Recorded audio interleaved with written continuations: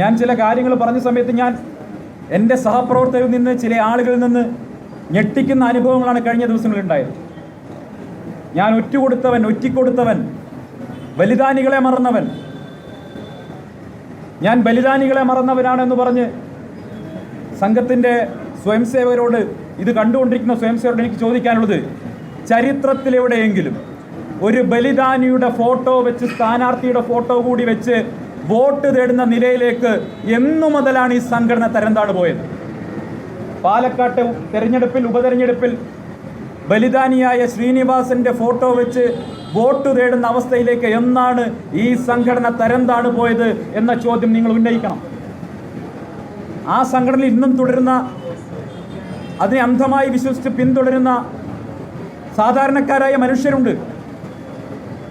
അവരെല്ലാവരും സാധാരണക്കാരാണ്. നിത്യജീവിതത്തിൽ എല്ലാവിധ മതസ്ഥരുമായും ഇടപെട്ട് മുന്നോട്ട് പോകുന്ന ആളുകളാണ്.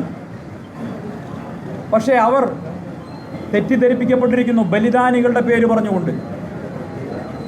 ഇന്ന് ഞാൻ വരുമ്പോൾ കേട്ടത്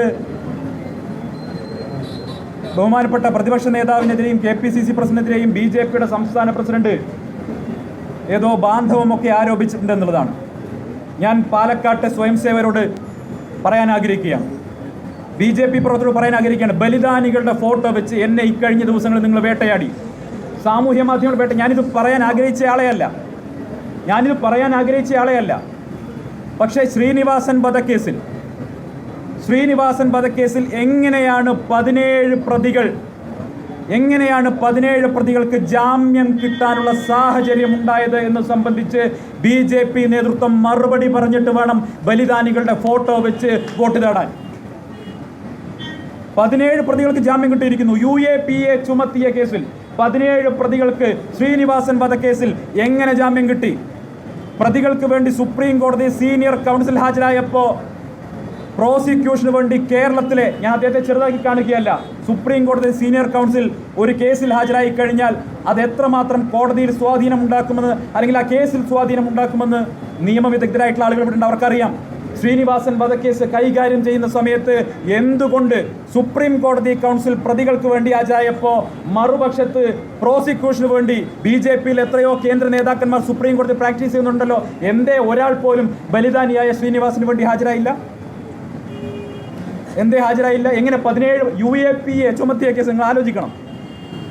നിരോധിത സംഘടനയായിട്ടുള്ള പോപ്പുലർ ഫ്രണ്ടിനെ നിരോധിക്കാൻ അടിസ്ഥാനമായി പറഞ്ഞ 2047 ഒരു ഡോക്യുമെൻ്റ്, 2047 വിഷൻ എന്ന ഡോക്യുമെൻ്റ്, ആ ഡോക്യുമെൻ്റ് പോലും ഈ വിധിപ്പകർപ്പിൽ നിങ്ങൾ പരിശോധിക്കണം. ഇതാണ് പ്രധാന കാരണമായി ബെയിൽ ഒബ്ജക്ഷന് വേണ്ടി റേസ് ചെയ്തെങ്കിൽ പോലും അതുപോലും കോടതി പരിഗണിക്കാതെ വന്നത് എന്തുകൊണ്ടാണ്? അപ്പോൾ നിങ്ങളുടെ ആത്മാർത്ഥത എത്രത്തോളമുണ്ട്? നിങ്ങൾ ആരെ സഹായിക്കാനാണ് നിലപാടെടുത്തത്? ആരാണ് ഇതിൻ്റെ പുറകിൽ കളിച്ചത്? നിങ്ങൾ ബാന്ധവം ആക്ഷേപിക്കുമ്പോൾ ആ ബാന്ധവം വാസ്തവത്തിൽ ചെന്ന് നിൽക്കുന്നത് സ്വന്തം പാളയത്തിലാണ് എന്ന ഓർമ്മ വേണം. ഇവിടുത്തെ സ്ഥാനാർത്ഥി മറുപടി പറയണം. തൊട്ട് തലേന്ന്, അതായത് ശ്രീനിവാസൻ വധത്തിന് തൊട്ട് തലേന്ന് നടന്ന മറ്റൊരു കൊലക്കേസിൽ ഇതേപോലെ ഗൂഢാലോചന കേസിൽപ്പെട്ടിട്ടുള്ള RSSന്റെ ജില്ലാ സഹകാര്യവാഹി ഇപ്പോഴും ജയിലിൽ കിടക്കുകയാണ്. അദ്ദേഹത്തിന് സുപ്രീം കോടതി ജാമ്യം നിഷേധിച്ചു.